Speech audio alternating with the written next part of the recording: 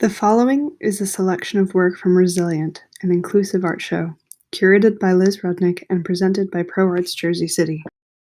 Content warning. Some of the work in this show deals with traumatic experiences that may be distressing for some individuals. Sibyl Archibald's artwork is a record of the deep spiritual changes caused by confronting the long-term illness scleroderma. Quote, "My artwork is a record of a journey of spiritual healing. For 900 days straight, I made a monotype without fail, working in my studio, on the road, and in the hospital.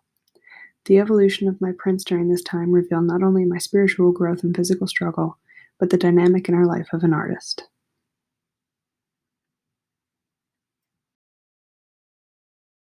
Alaine Becker is a tri-state artist working primarily on oversized paper. She has been awarded fellowships from the New Jersey State Council on the Arts, the Geraldine Dodge Foundation, and Vermont Studio Center. Quote, "A large portion of my adult life has been marked by autoimmune disease, cancer, and chronic pain. These conditions have affected my relationships, my art career, and my day-to-day life. Dr. Fix-It is one of the many pieces that illustrates my love-hate relationships with the multitude of doctors and surgeons throughout my life. The imagery I produce tells the world, although I live with this, one can find beauty in my situation."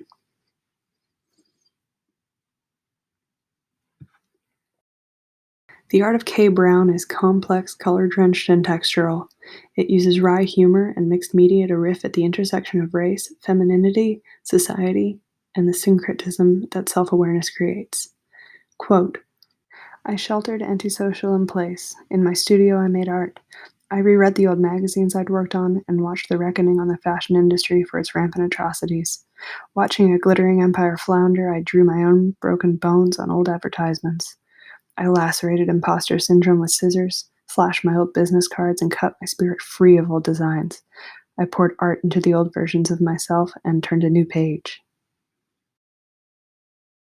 Jim Fallon's art is created in various media to include acrylic, watercolor, pastels, pencil and ink, linocut, fiber, silkscreen, and papermaking. Jim discovered his artistic ability in the 7th decade of life, in part as a therapeutic support and self-healing modality to assist with PTSD and the loss of the full use of his right arm due to the effects of toxic Agent Orange sustained during his service as an Army medic in Vietnam. His artwork expresses city life, nature, love of jazz music, and experiences in the military. Quote, "I am often set free by making the choice to create instead of unraveling." Georgia Hourdas is a Brooklyn-based painter and photographer. Her work has appeared in galleries including Ortega y Gasset, Paradise Palace, and Coco Hyundai. Quote, "My paintings are abstractions that comment on the process of alchemical transformation by playing with different levels of depth and resolution on one plane while combining different natural elements. Each painting functions as a cosmic solution to chaos. By using paint as a uniting force, these paintings mix photographic natural textures, geometric shapes, and organic forms in a confusion of both the viewer's perspective and the ontological status of what the gaze touches."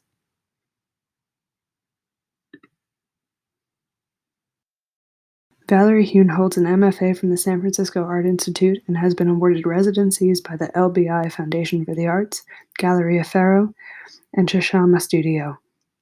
Quote, "Since 2012, I focused on fingerprinting as the underpinning of my art. I create the work in the fingerprint series with my right index. I catalog each print with the date it was created beneath it. This resembles how institutions catalog and categorize people, something I experienced in psychiatric hospitals and now witness in communities, too often targeted and marginalized by the white power structure." For the past 9 years, Juliet Martin has been a part of the fiber community. From Juliet's project statement, quote, "How can I portray insanity? I select yarn colors echoing a mood. Weaving by free associating, I introduce contrast in colors, patterns, and textures. As I sit at the loom, it is as if I face a blank canvas with no model before me. I'm not drawing a figure, I'm capturing a feeling. Considering the emotion projected by the fabric, I pair it with hand-drawn images. Drawing empties out my brain. The combination of illustrations and fabric are my language for unlocking the chemical imbalance box." John Piccoli began life in a marginalized family and had experienced homelessness by his mid-teens. He found art as a motivating vehicle around which to build a life. John earned his GED while in the Navy, eventually receiving a Master's of Arts. From his artist statement, quote, "In nearly all of my works, I make a social statement about what is emotionally or morally affecting me from what I see in the world around me and what I'm feeling. I let the images speak for themselves. Hopefully, my images give or add voice to others toward meaningful change."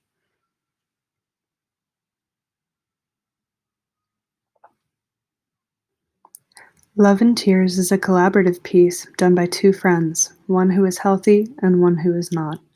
Trix Rosen, a multidisciplinary artist, has been included in exhibitions at MoMA and has work in the permanent collections of the Library of Congress and the Smithsonian. Mollie Thonneson has 40 years' experience exhibiting her paintings, sculptures, and fabric work in universities, museums, and galleries. Quoting Mollie, "Love and Tears combines each other's specialized mediums, photography and fabric, in order to express the love between us and the heartbreak of a degenerative disease."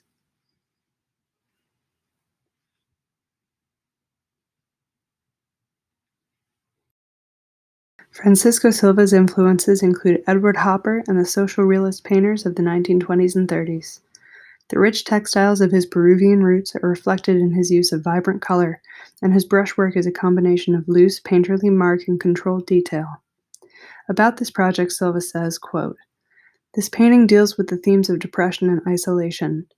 Mental health issues have been particularly evident during the pandemic. Through color, I create a psychological portrait of these people, accentuating their fragile mental state."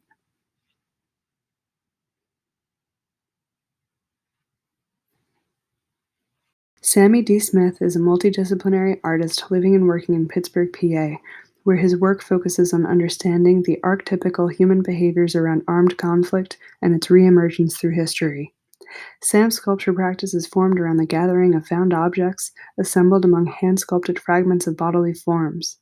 The forms are often shrouded and draped in organic growth, and the works are representative of the effects of trauma on memory recall from a kinetic environment in an attempt to navigate an altered moral landscape and better understand the highs and lows of human action and behavior post-war. From Alan Walker's artist statement, quote, "I created the series of self-portraits in 2016 after receiving the family photo archive. The photos were taken by my abusive father, who seemed to delight in my discomfort. I recently discovered that I'm on the spectrum for Asperger's, which adds a new layer of understanding about the reactions of a father who refused to accept me as I am." Alan Walker lives and works in Jersey City. His unique style of painting has earned him awards and invitational exhibitions. Also a musician, Alan is currently focused on composing, playing, and recording his own music. Rachel Reynolds Westerwelle is a writer and collage artist who focuses on gender roles, identity, our connections with nature, and erasure. Quote, "Grief in Spring focuses on the juxtaposition of holding loss while being surrounded by life. As an artist with complex PTSD and depression, my instinct is to retreat from the vivid parts of life. Yet, through recovery, I understand that engaging with beauty can be a salve for loss, fear, grief, and pain. This piece aims to show a woman at such a crossroads, either in retreat from or being embraced by the brightest parts of life. Through it all, there is resiliency in meeting each day." Thank you to the Pro Arts Board, to Kimberly Weissman, and to the 21 artists who've contributed work to Resilient, an inclusive art show. To see the show in its entirety, please visit www.proartsjerseycity.org from now through July 31st, 2021.